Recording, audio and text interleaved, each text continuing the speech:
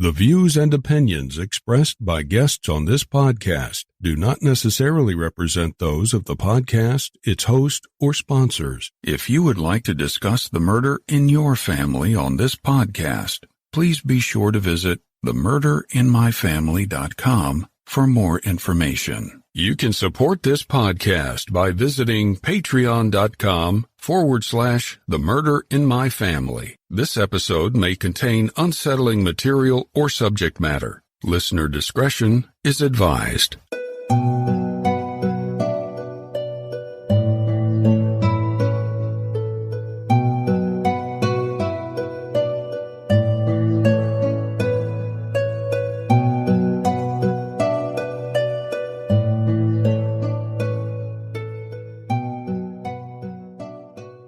Thank you for joining me for episode 36 of The Murder in My Family. If you find that you enjoy this podcast, please take a minute to rate and review it wherever you listen to your podcast so that the show can continue to grow and reach new listeners. To learn more about the show or the cases we discuss, please visit themurderinmyfamily.com. You can also find us on Twitter with the handle @MurderInMyFam or by searching for the Murder in My Family podcast on Facebook. If you'd like to support this show through a Patreon donation, it's always appreciated, and you can do so by visiting patreon.com/The Murder in My Family. Benefits of supporting the show on Patreon include early access to ad-free episodes of the show, plus bonus content not heard in regular episodes. Support may also include thank you cards, stickers, and more. If you prefer to, you can also help support the show through a PayPal donation by visiting paypal.me/The Murder in My Family. In each episode, I'll give shout-outs to any new supporters. And thank you to all the supporters that generously donate to help keep the show growing and improving. Thank you. And now on with the show. On the morning of October 12, 2000, 48-year-old Mary Henderson Morris left her Houston, Texas area home headed for work. She never arrived there, and what followed was a mysterious chain of events with far more questions than answers. Mary Henderson Morris was a punctual and dependable employee who had worked for Chase Bank for 15 years. When Mary didn't show up for work that day, people noticed, because it wasn't like the mother of two to just not show up for work. Later that day, at around 2 p.m., a bank employee called Mary's home and reached Mary's husband, Jay Morris. This is where a puzzling interaction occurred. The bank employee, who was Mary's supervisor, simply asked if Mary was there. Jay told the caller no, that Mary was at work. At this point, the call ended. The bank employee never told Jay that his wife didn't show up for work, and Jay Morris never bothered to ask the caller who they were. Jay Morris usually spoke to his wife of 5 years a few times each day. That particular day, he thought it was odd that Mary hadn't called him, but he brushed it off thinking that Mary was probably just busy. But after that 2 p.m. call from Mary's supervisor, Jay decided to call the bank asking for his wife. He finally was told that Mary had not come into work that day. That's when Jay began to get nervous. Jay reported Mary missing and then called his stepdaughter Marilyn, who was Mary's daughter from a previous marriage. He wanted to let her know that her mother was missing. Marilyn met up with Jay and they headed out to see if they could find any signs of Mary or her car on some of the roads that she might have traveled during her drive to work. They never found Mary or her car. At around 5 p.m. that afternoon, a passerby on an ATV discovered a burned-out car in a remote section of Houston and reported it to police. Earlier that day, at around 10 a.m., the authorities had also been alerted to smoke in that same area, but dismissed the report assuming that someone was burning brush. When police and fire personnel arrived at the scene, they were greeted with a horrible sight. Seated in the car behind the steering wheel was a body burned so badly it was unrecognizable. Sadly, before long, authorities were able to identify the car as Mary Henderson Morris's Chevy Lumina, and they assumed the body inside might be the remains of Mary Henderson Morris. But due to the condition of the body, they had to use tooth fragments to verify that they were correct. And after a 3-day process, they finally verified that the remains were indeed Mary Henderson Morris's. The news was devastating to Mary's family. Mary's cause of death wasn't able to be determined, because the fire had made that impossible. But investigators made a troubling discovery. Mary's Chevy Lumina had been set on fire with a powerful accelerant. Police now felt that they had a murder on their hands.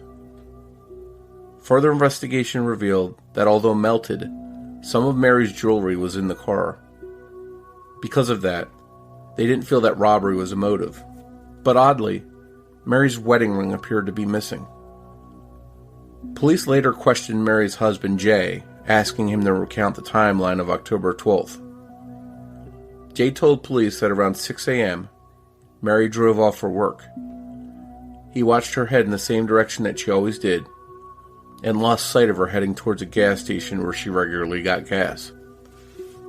A worker at that gas station recounted seeing a woman who he thought might be Mary that day. But store surveillance video had been recorded over, so police couldn't verify the sighting. Investigators didn't have much else to go on, and Mary Henderson Morris's family and friends had no idea who would want to kill her or why. By all accounts, Mary was a friendly and well-liked person with no enemies. As the investigation into her death continued, her family dealt with the sad and difficult process of laying Mary to rest. 4 days after Mary Henderson Morris died, she was laid to rest on October 16th. Following the funeral, Mary's daughter Marilyn called the medical examiner's office to make arrangements to retrieve her mother's jewelry. This is where Mary's case gets even stranger. After some initial confusion, Marilyn was told that she could pick up her mother's jewelry after the funeral. Marilyn thought that the person on the other end of the phone was confused and told them that her mother had just been buried. The person Marilyn was talking to on the phone actually was confused. He still had the body of a woman named Mary Morris who had just died. But it turned out that the Mary Morris he was talking about was a different Mary Morris, a woman named Mary McGinnis Morris. And like Mary Henderson Morris, she had died a violent death in the Houston area only 3 days later. Mary McGinnis Morris was found shot to death in her car. There's some stunning and shocking parallels between the two women's deaths. Both had died violently only days apart in the Houston area. Both were discovered in their cars, and both were missing a wedding ring. Additionally, the women both resembled each other to an extent. Needless to say, the similarities between these two deaths caught the attention of both police and both women's families. Could there be a connection between the deaths of both women? There's certainly some things that would make you think that. And although I can't dive into the full extent of the possible connections between the deaths of both Marys, their cases have inspired countless online discussions among citizen sleuths on sites like Reddit. The TV show Unsolved Mysteries also featured the murders of Mary Henderson Morris and Mary McGinnis Morris on one of their episodes. If you'd like to listen to an in-depth examination and discussion of the Mary Morris murders, please go to check out my other podcast, Criminology. We covered the Mary Morris murders in great detail in episode 50 of the podcast. It's approaching 19 years since Mary Henderson Morris died in a secluded area of Houston before her body was set on fire and left to burn. Sadly, for Mary's family, they may not be any closer to finding out the truth about what happened to Mary. Mary's daughter Marilyn joined me to discuss the puzzling and confusing details surrounding her mom's death, and she shares with us her thoughts about the case, as well as some of her own suspicions. That conversation is coming up in a moment.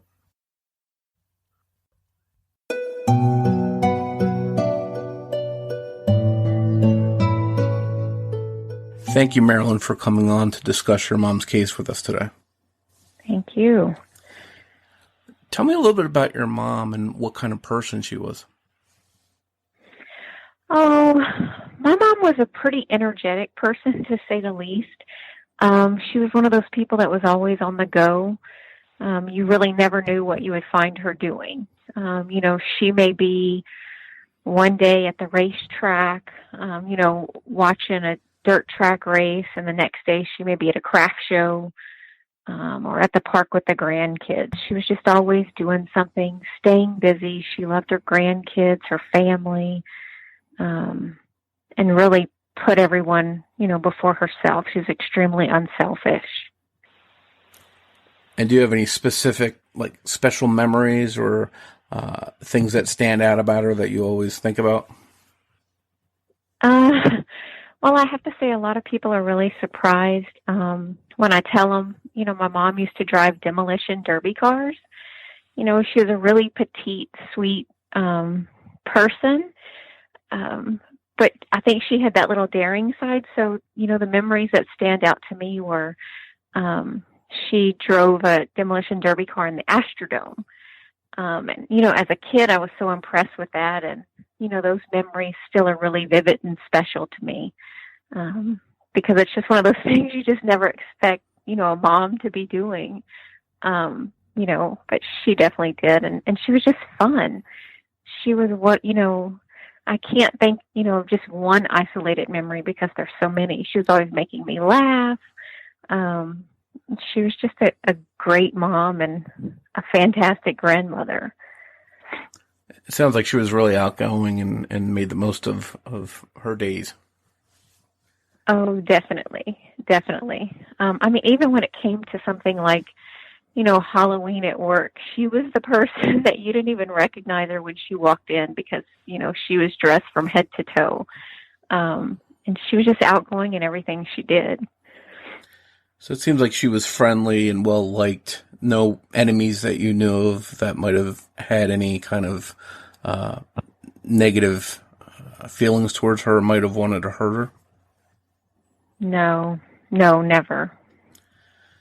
If you can, take me back to the day when this whole nightmare started for you. Well, at the time, I was in my 20s, and so I was in college at the time.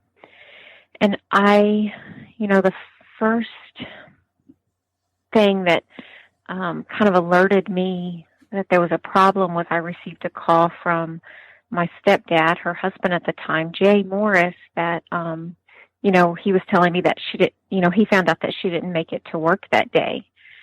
And honestly, for us, that's when the nightmare began. But in that moment, we just really had no idea what we were, looking at. We live in Houston, a major metro city. We thought, or at least I thought, she's been in an accident or her car was stalled on the freeway or something like that, just something really minor. But I received that call, 3:30, 4 in the afternoon. And I think it was that evening, around 9 p.m. that we got confirmation that the Harris County Sheriff's Department had found my mom's burned car in Baytown. And it wasn't like your mom to not show up for work without calling. It was pretty alarming that she just didn't show up that day. Oh, very alarming. She had worked for the bank for 16 years at that time, and had really, that was like her second family. So she, had friends there that she was very close to, and her, had good relationships with everyone.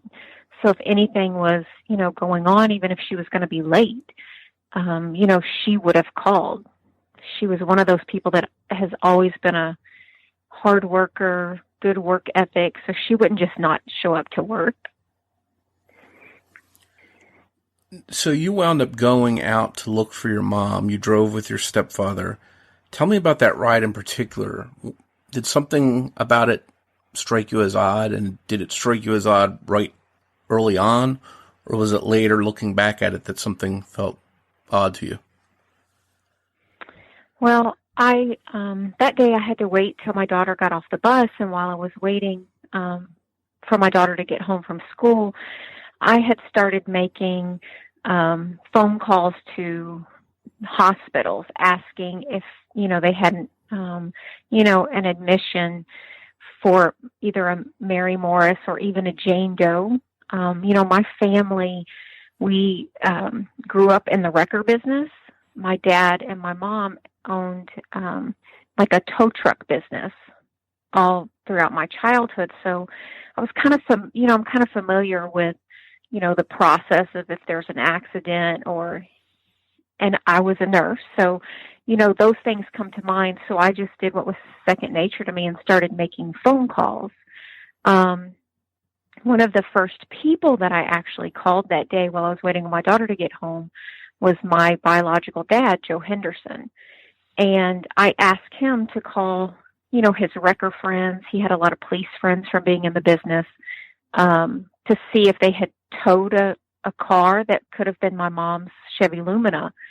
And like I said, when I got off the phone with him, I started calling hospitals and things like that. But once my daughter got home, I quit making the phone calls and rushed over to her house. And honestly, by the time I got there, I just expected her to be there. And when she wasn't, I asked my stepdad if, we could go to her job. Because when I got to his house, the police were there and they were taking up, he was filing a missing persons report when I actually arrived there.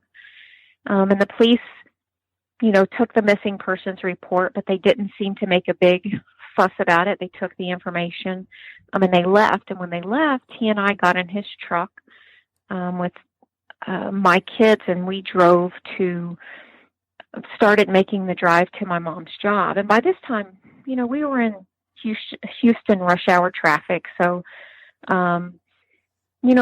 freeways were a little bit congested, but, as we're driving there, I'm looking on the side of the road for any debris that could have been from an accident or her car on the side of the road, things like that. And, we never spotted anything like that. And so we made it all the way to her job. We drove through her parking garage. And, we didn't see her car. Obviously, it wasn't there. So then we left there and started heading back to her house. And I mean, I guess, the only thing that was strange to me is I guess I would have been flying. I had my emergency blinkers on because I wanted to get to her job. I think when something like that happens, you really have a normal expectation in your head. You don't think the worst. You think everything's going to be fine. It's a misunderstanding. She's going to be where she's supposed to be. So the whole time I just wanted to get to her work and see she was there, and this was just a big mistake. But obviously that didn't happen. And the route that you took, was there anything unusual about the route or anything that stood out to you about the route? When we went to her job, we just took the normal route that she would take, which in Houston, my mom lived in Baytown, but she worked in Houston, and she lived off of I-10 and worked off of I-10. So for her to get to work was really just a straight shot up the freeway. And so going that route to her job and back, there wasn't anything that we saw that was out of the ordinary. And did that route take you along a road that her car was eventually found on? No, now that happened later in the evening. When we got back to her house, we had just got to her house, and Jay's daughter and my mom's stepdaughter was there. And we probably hadn't walked in the door maybe 5 or 10 minutes, and I actually received a telephone call from my dad, Joe, because like I said, I had called him earlier. And my dad actually is the first person who alerted me to the possibility of anything bad. My dad called me and told me that he had a friend that worked for a local news station that reported to him that there was a burned car found on Crosby, Lynchburg, and I-10. So no, I didn't want to really alarm anyone else. So I asked Jay, hey, like I said, at this time, your heart's starting to beat a little bit faster. I was kind of on edge a little bit. And I'm like, come on, let's go. And I think he gave me that look, like, what's wrong with you? And I was like, just come with me. Let's go. But I didn't want to take my kids with me. And so, he came outside and I told him that was my dad. And my dad reported that they found a burned car on Crosby, Lynchburg, and I-10. We got to get there. And so, I mean, since I had a sense of urgency, I wanted to drive at that time. So I got into my truck and he got in the passenger seat. And I guess, like I said, at this time, my heart's starting to beat a little bit faster. I guess I'm not thinking as clearly. And I asked him to, just get me there, tell me where to go. I am familiar with Baytown. I'm familiar with the area she lives in. I'm familiar with Crosby, Lynchburg, and I-10, because that is the exit that we would have just gotten off of to go to my mom's house. But like I said, at that point, it kind of flipped a switch, and I probably wasn't as clear as I needed to be in that moment. So, my stepdad has given me directions, and I'm following them. And he takes me down a road, which I've never been down before. And it was less than 5 miles from my mom's house. And by this time it's dark. It was October. And I just remember the road was a 2-lane road. And I remember being at a stop sign because, there are some things that are going to stick out in events that happened that night that I'll never forget. And I remember sitting at that stop sign. It was a 4-way stop. And I remember looking over my shoulder and I saw an overpass. And I had enough sense about me to think I-10 is a freeway. I'm looking for an overpass. I'm looking for like a major intersection. And I kept asking my stepdad if I needed to turn. Do I need to turn? Do I need to turn?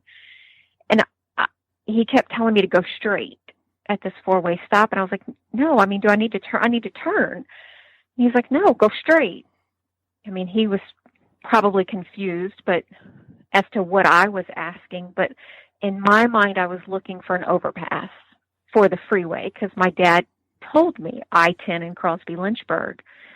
But I listened to my stepdad and I went straight at that 4-way stop. And when I went straight, it probably wasn't a half mile later that over on the left-hand side of the street, I just saw a single police car sitting in what was a driveway parked in front of like a farm gate. And I pulled in behind that police car. And that turned out to be the scene of your mom's car being found? Yes. When I turned in, you couldn't see anything because the car was probably, I'm going to say anywhere between 50 to 100 yards off the road behind some trees.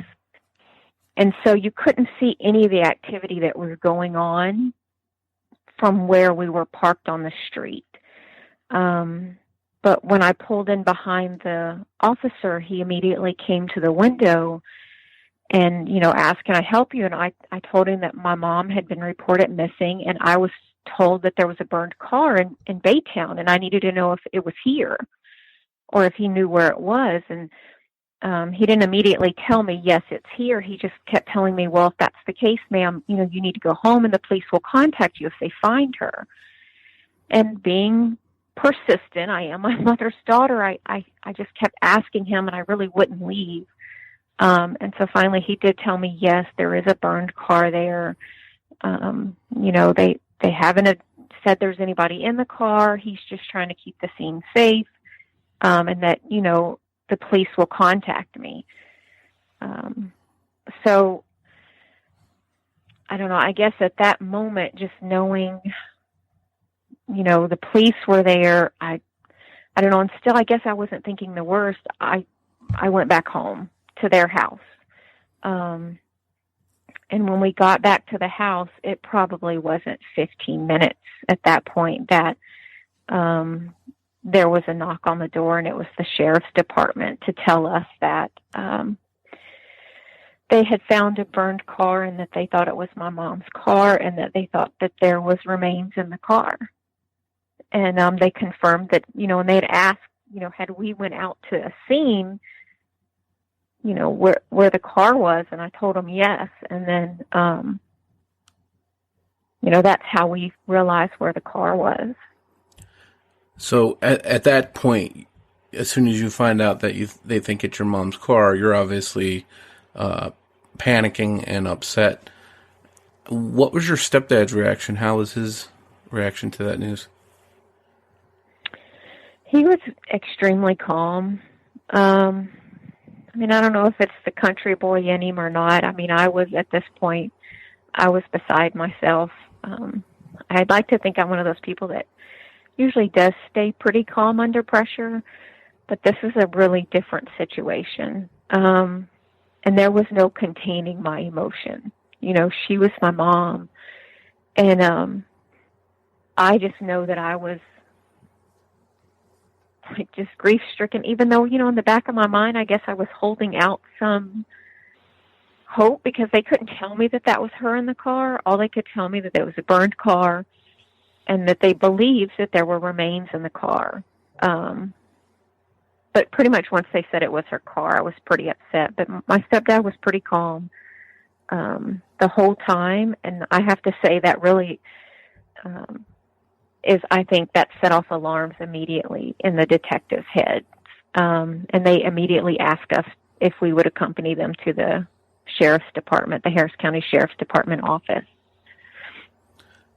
Let's go back earlier to that day, to something that the police would find out. And Jay mentioned there was an odd interaction between your mom's employer, the bank, and your stepfather. When she didn't show up for work, the bank called home and your stepfather answered, and they asked if your mom was home. And Jay essentially said no, she was at work. But the weird part is that when he said she was at work, the bank, hung up without saying that your mom ever showed up, and your stepfather didn't ask who was calling. Did you think that interaction was a little bit weird, and do you have any kind of explanation for how that conversation went like that? I mean, no, to me that's weird, because I'm thinking, if the bank is, number one, they knew her. They were very familiar with her. So in my mind, if they're calling the house looking for her, I would think red flags are going up for them also at this point. So if they were to call her house and they, her spouse says she's at work, I would think, he's the emergency contact. If she's not there, I would have thought they would have immediately told him, no, she didn't come to work, and then, proceed from there. I know he had reported that he called her job several times that day, but couldn't reach her because her voicemail, he couldn't reach her. And when he was calling, it was like immediately going to voicemail. And apparently the phone systems at the bank, in the evening, they automatically roll over to voicemail after hours. And you have to manually turn that off each morning when you come to work. And he was saying that apparently she didn't turn off her voicemail, which to me, that would have something so out of the ordinary. It would have, made me maybe inquire a little bit more, something like that. But, and even as an employer, if I called someone that was not at work, that I was expecting to be here, and they would say, no, they're at work, that would have sent up red flags for me. And I guess if they were calling me about my spouse and someone was calling for her, and I mean, I don't know, I guess, I don't know if I would just answer, she's at work, if I haven't been able to reach her all day. I would have been concerned about her at this point. Yeah, and that's what I was thinking, if the bank is concerned about your mom enough to call home when her husband answers and said she's not here, why wouldn't they say, we're concerned about her, she didn't show up, and let your stepdad know? And then on his end, and maybe not everybody does this, if somebody calls here and asks for my wife, I won't just say she's not here, have a nice day, and hang up. I'll ask who's calling. So, not that that's anything sinister, but I always wondered why the bank wouldn't alert him that something was wrong, that she hadn't shown up for work earlier. Correct. And like I said, I think I would have been alert too as the spouse, knowing I couldn't reach my wife all day. Who is this? What are you calling about? Yeah, I would have that would have made me a little bit more inquisitive than the normal everyday telephone call. If I already should have a little bit of concern because I haven't been able to reach my spouse all day. Yeah, and at some point you think maybe he's going to call the main number and say, "Hey, I can't get a hold of her. Can you tell me if she's around?" So that whole conversation, the whole phone call was a little bit alarming, and I just wanted to ask you about that. Eventually, you found out that the remains in the car were your mom. They had to identify her through dental records. How tough was that for you? How devastating was that news to get? That was probably one of the harder moments. I think that kind of immediately made me pretty horrified to know that, she was in such a horrible condition that they couldn't tell me immediately that was her. And then, we had to live in suspense for probably a little bit longer because, we didn't know right away. You always hold out hope until you, someone can tell you 100%. I'm usually a pretty black and white thinker, and I like to see for myself. And that was a situation that, I definitely couldn't see for myself, and it was just hard to imagine that, that was the only way to identify her. And any death it must be hard to take for someone, but to have that happen, it just seems especially difficult to take in. How was Jay's attitude, and how was he reacting at this time when they confirmed that it was your mom in the car?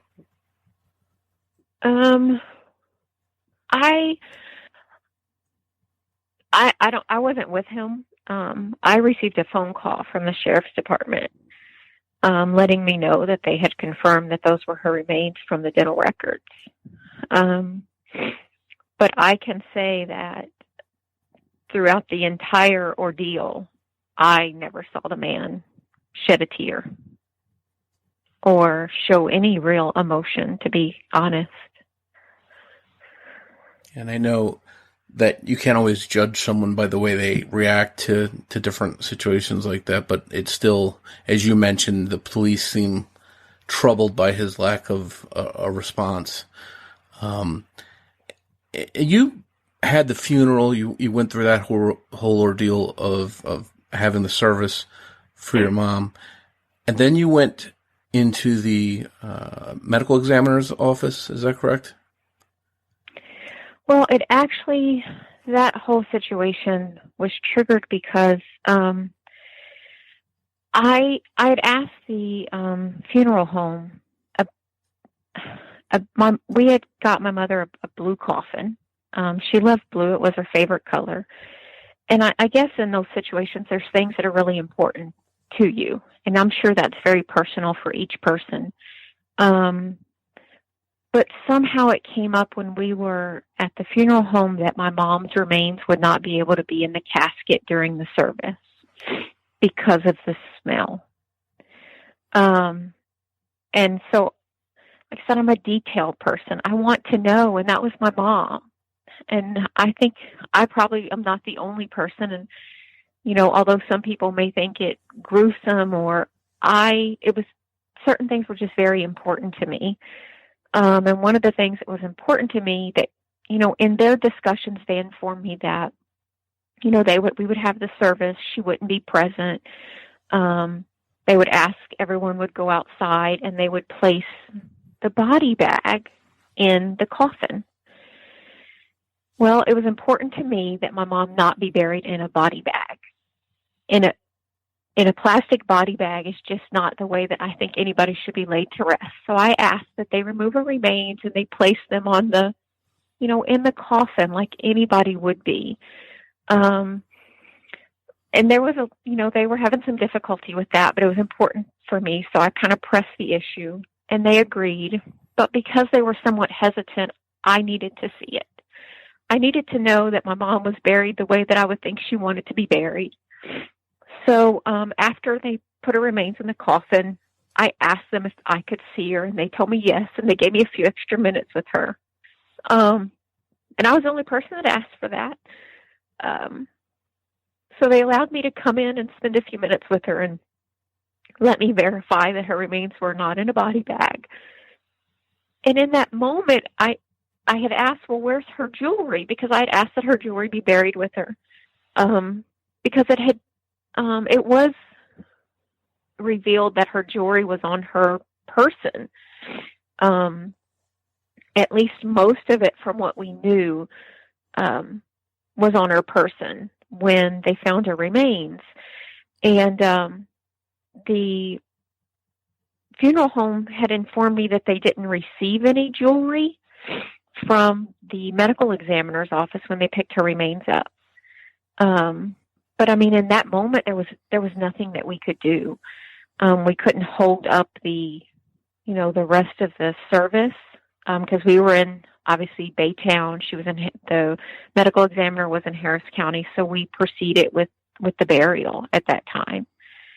And after the burial, when we got back to the house, I immediately called the Harris County Medical Examiner's office and asked them for my mother's jewelry. And that's kind of when my head began to spin, because after much confusion with the medical examiner, they put me on hold several times. They were sounding confused. They informed me that, I could pick up her jewelry when I picked up the remains. And I informed them that no, we've already picked up the funeral home picked the remains up. We've already had her service. Now I just need to know where I need to go, what I need to do to come pick up the jewelry.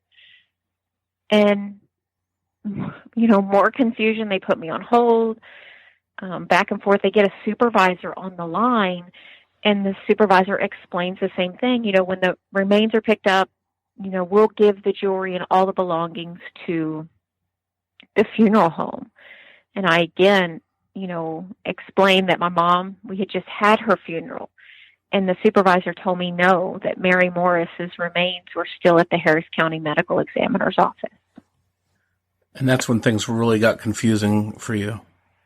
Extremely confusing. Because, I was there.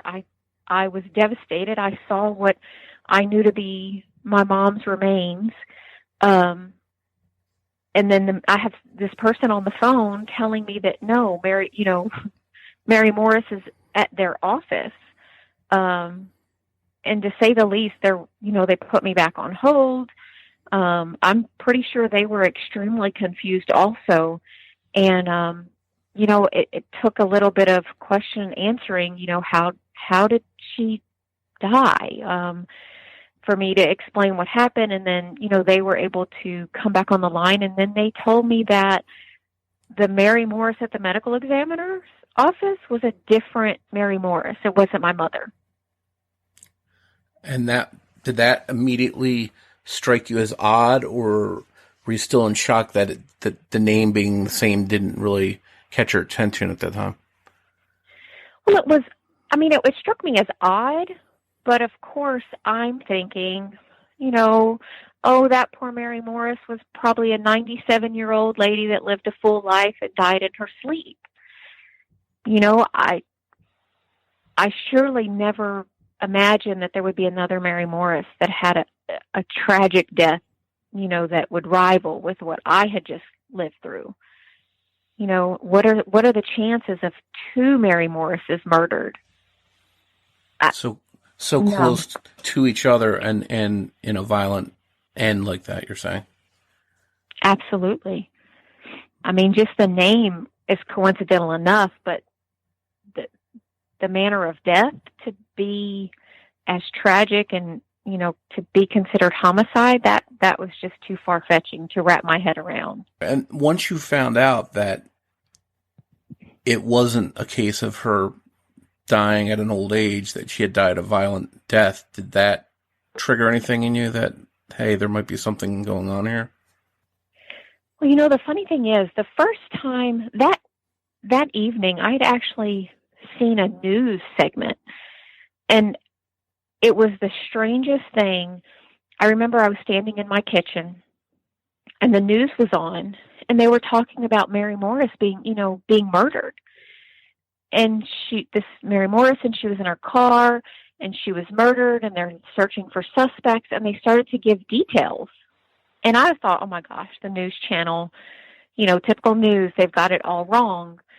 And the strangest thing is I even glanced up, and I remember a flashing picture of Mary Morris that died in a different manner than my mom did. And it didn't even strike me that it was a different person. I just thought the news got the details wrong.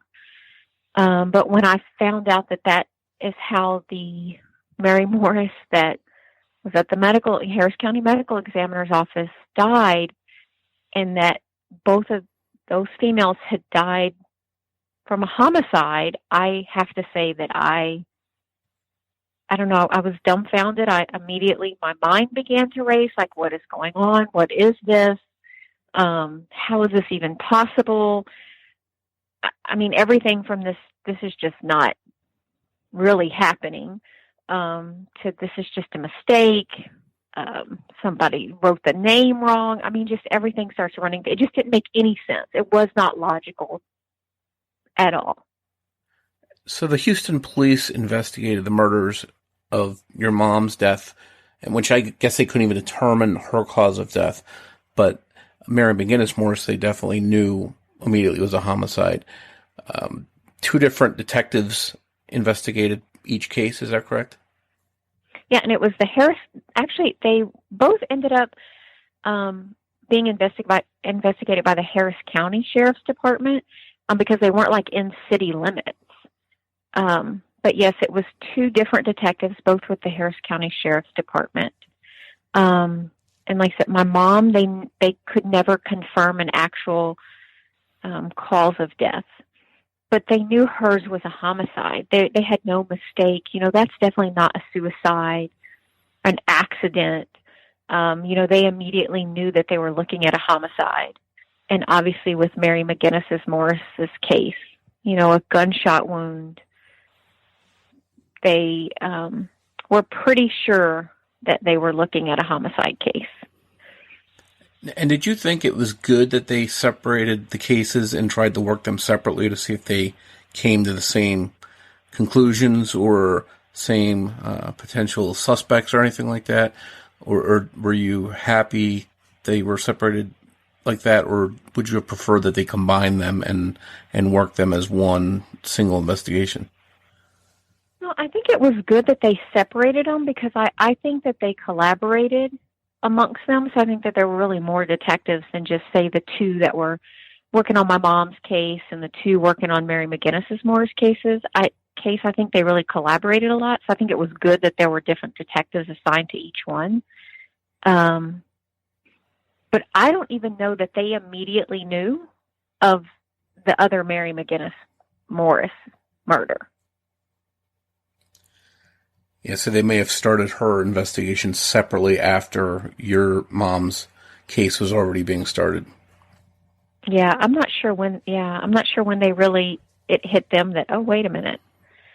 But I do know that in talking to them, they immediately, the Sheriff's Department didn't feel that there was a connection.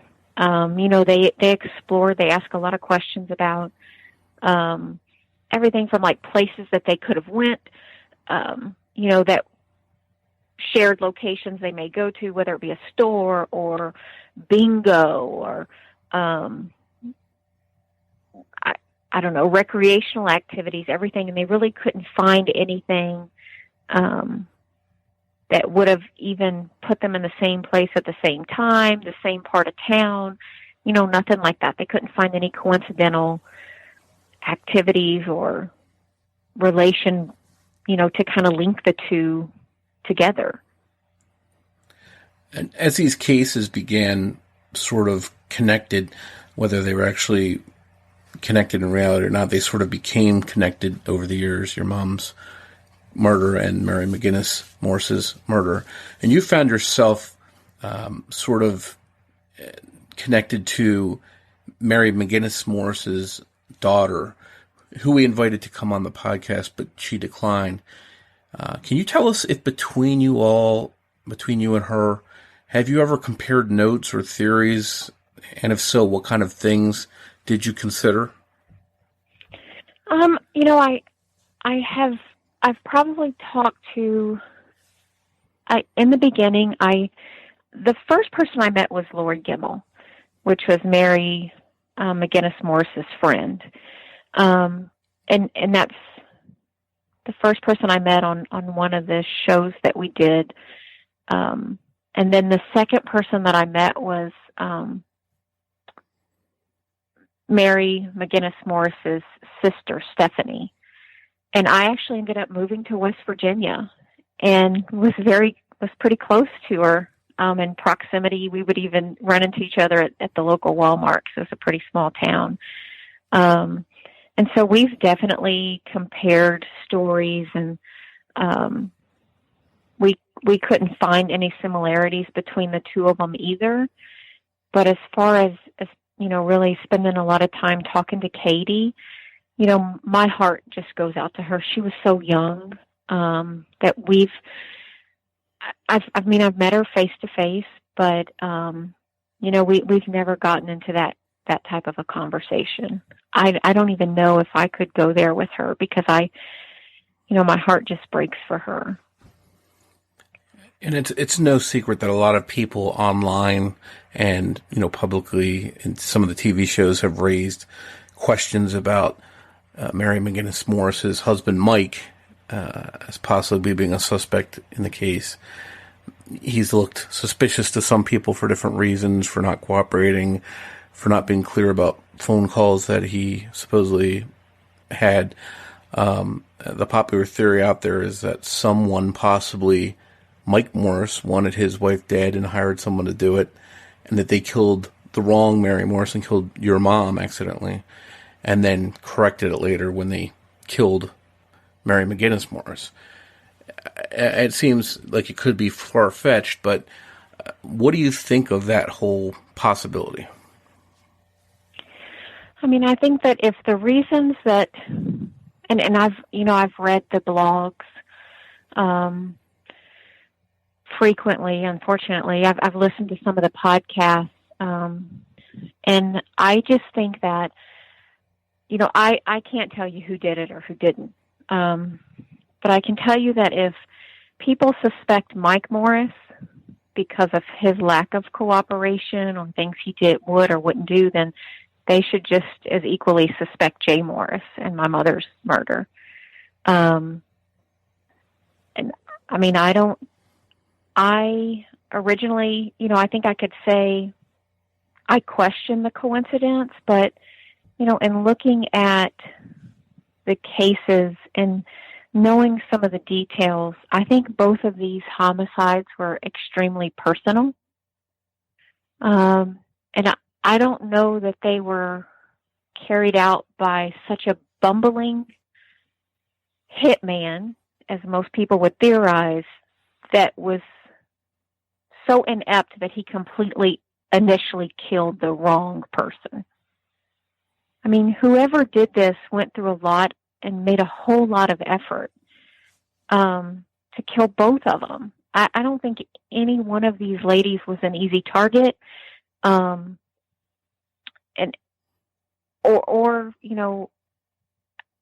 don't know. I just can't imagine that someone who killed either one of them and went to the extent that they did was someone who would have just got the wrong person. I just can't see that happening. And you mentioned that Jay Morris could be considered as easily a suspect as Mike Morris. Tell us a little bit about some of your stepfather's movements and actions, what he did following your mom's funeral in the weeks afterwards.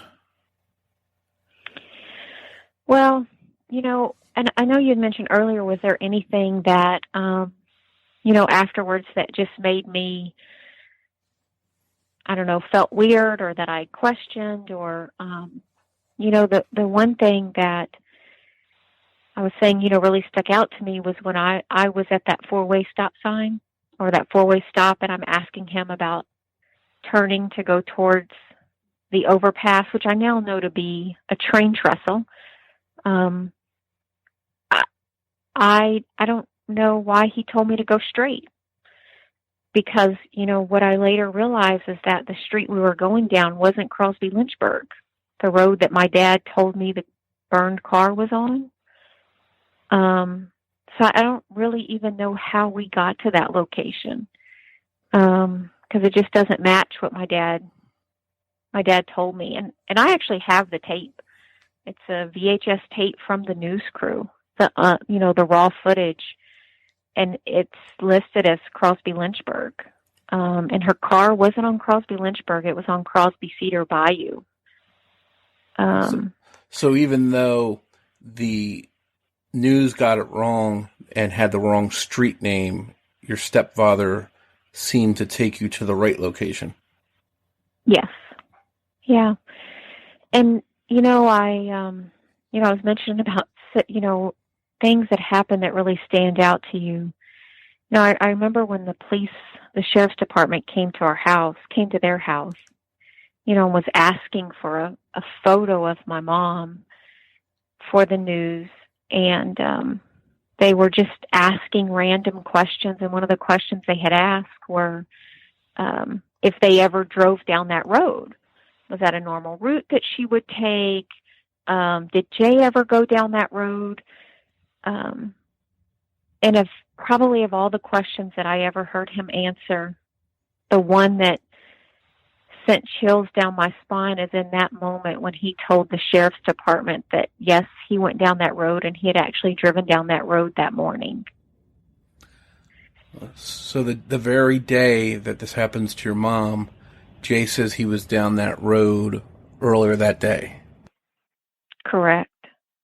And I guess to me, it did something to me and made me feel a certain way because, if that was me, and I guess I was feeling that, it would tear me up. It would tear me up to know that I was right there. Whether it be minutes or hours, I was right there while the person I dearly loved was dying or being killed or dead, 50 to 100 yards from me. I don't know that I could live with that. That would tear me up. But for someone to passively say, "Oh yeah, I drove down that road that morning," that struck me as odd, and I think it struck the sheriff as odd also. I think especially when you consider that there was a reported smoke seen in that area that morning. Yeah, I don't know exactly what time he went down that road. But I mean, I know the 911 call came in at 10:20 in the morning. And, I know he would have been going down that road in the morning. He never mentioned seeing smoke.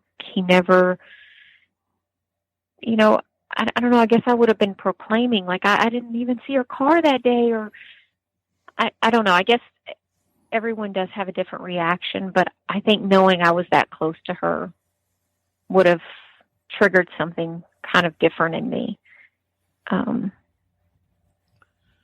Yeah. And after your mom's laid to rest, how, after that weeks, months, how does Jay handle it? Is he upset? Is he depressed? What was his attitude like? What was he doing in his life following that? Well, I can't say that he was any of those things. I think the only thing I remember him really expressing is, the police did ask him to take a lie detector test, and he didn't want to do that. And he didn't want to do that because he said as a teenager, he had worked for a small store in the small town he grew up in, and apparently someone was stealing from the store. And they made them take lie detector tests, and they failed them back then. Now, I don't know about you, but I don't know many convenience stores now that would give lie detector tests for stealing, much less, when he was a teen. But I mean, I think he was bothered by that. But I know, he was pretty calm and collected the whole time.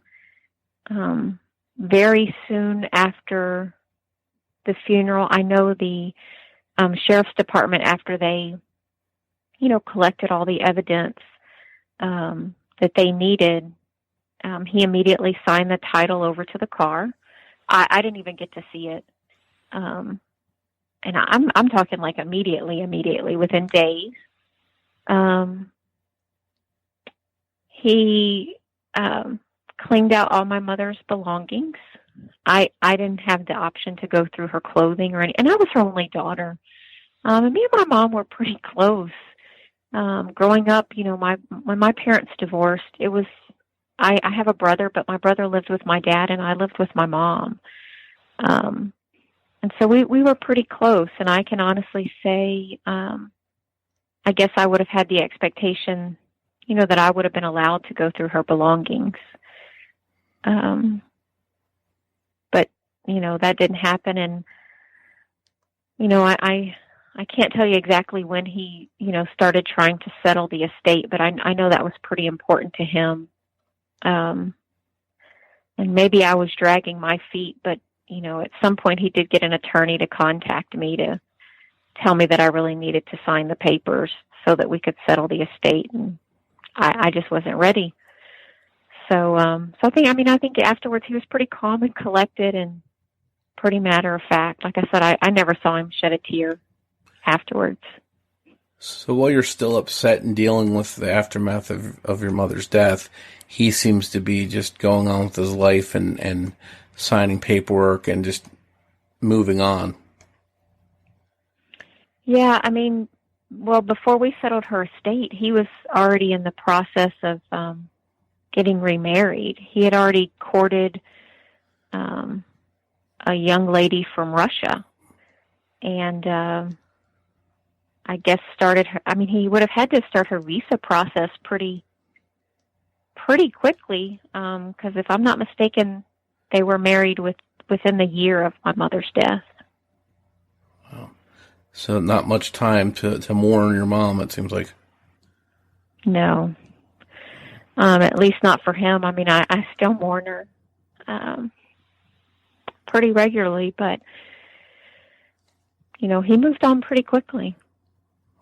Can you tell us about where the case stands today as far as you understand it? Do investigators keep you up to date or stay in touch with you about what's going on in the investigation? Now, I haven't talked to them recently. The investigation definitely stalled because there was no evidence in my mom's case. Her remains were burned very badly. The car was burned very badly. There really was no evidence left at all. Like I said, they really couldn't even identify, what the exact cause of death was. The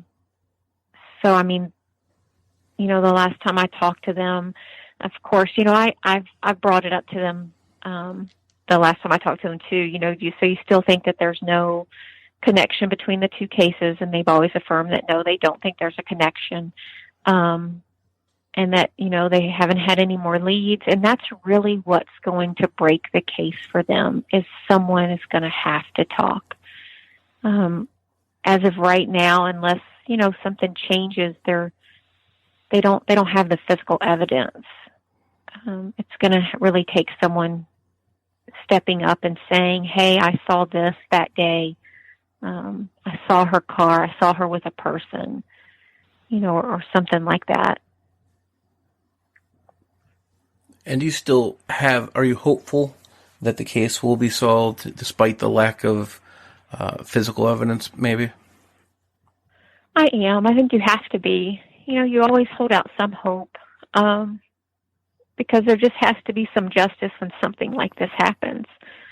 There just has to be. And I guess I just can't give up hope that one day somebody, even if it's on their deathbed, says, hey, this is what happened. I just want to know. I want to know why. Because that's something I just can't make sense of. In life, you can always wrap your head around the fact that someone, people die. But people aren't supposed to die like this. And then, you just want to know why. You want answers, because it just doesn't make any sense. If someone listening out there does know anything about your mom's case, or Mary McGinnis Morris's case for that matter, is there a number or a tip line down in the area that they can call with information? Oh yeah, the best way to report any information is to call the 713-222-TIPS, which is the Houston Crime Stoppers hotline phone number. And we'll be sure to put that in the notes so that anyone listening can find that easily. That would be great. And I appreciate you coming on so much to discuss your mom's case. I know after all these years, it still is tough for you, but I appreciate you coming on and letting us know who she was and what's going on with her case. Well, thank you. And, I appreciate people wanting to talk about it. I know that there's it's an interesting case. It's what happened is strange. It's really out of the ordinary, but, I think it's important for people to remember that, she was my mom. So when people have these theories and these off-the-wall philosophies that they want to brainstorm and share with people and talk about her like, she's a movie or a plot to a movie, that hurts because she still has family that, we live with this every day, and that's tough. And just speaking of that, is there anything out there that you've read or heard that is untrue that you'd like to clear up, and just so people know that it's not correct? Well, this is real. This really happened. I know there were several blog posts and responses that it's not real, that it's the plot to the Terminator movie. And it is real. It's very real, and it happened. It happened to my mom, and it happened to another little girl's mom. So, I think that's the biggest thing I want to clear up, is that it really did happen, and that we live with it every day. And, I know that there was this another show that talked about my mom's death, and, threw theories out there about things that they thought could have happened, or why someone would have burned her remains. And, that's never been proven, and it can never be. So, I wish people would just think about those things before they throw them out there, because, we do listen. Katie listens. Lori listens. We want to know, and we appreciate that people are interested in the story, because we hope talking about it will, make somebody step up, or, keeping the story out there is what may help us get leads in the case. But, I just wish people wouldn't, talk about it like they're not real people, because they were.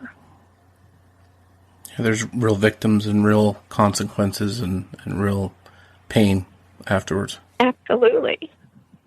Very much so. Even now.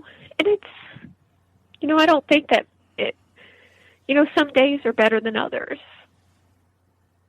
But, yeah, there's still real pain. Me, and in my mom's situation, if anybody knew her or saw her that day, it was October the 12th of 2000. She lived in Baytown. She was driving a Chevy Lumina. If anybody saw her or thinks they saw her, those are the people we need to step up. Those are the people that we need to make phone calls, and just report what they saw. Even if we could put her in an area, that would help. And I think that's the most important, things to us. Hopefully, if anybody does have any information, they'll come forward and not hold on to that. I would hope so. Thank you once again for joining me for this episode of The Murder of My Family. If you enjoyed this episode, please introduce a friend of the podcast and invite them to listen. And before you go, remember that every murder victim means something to somebody.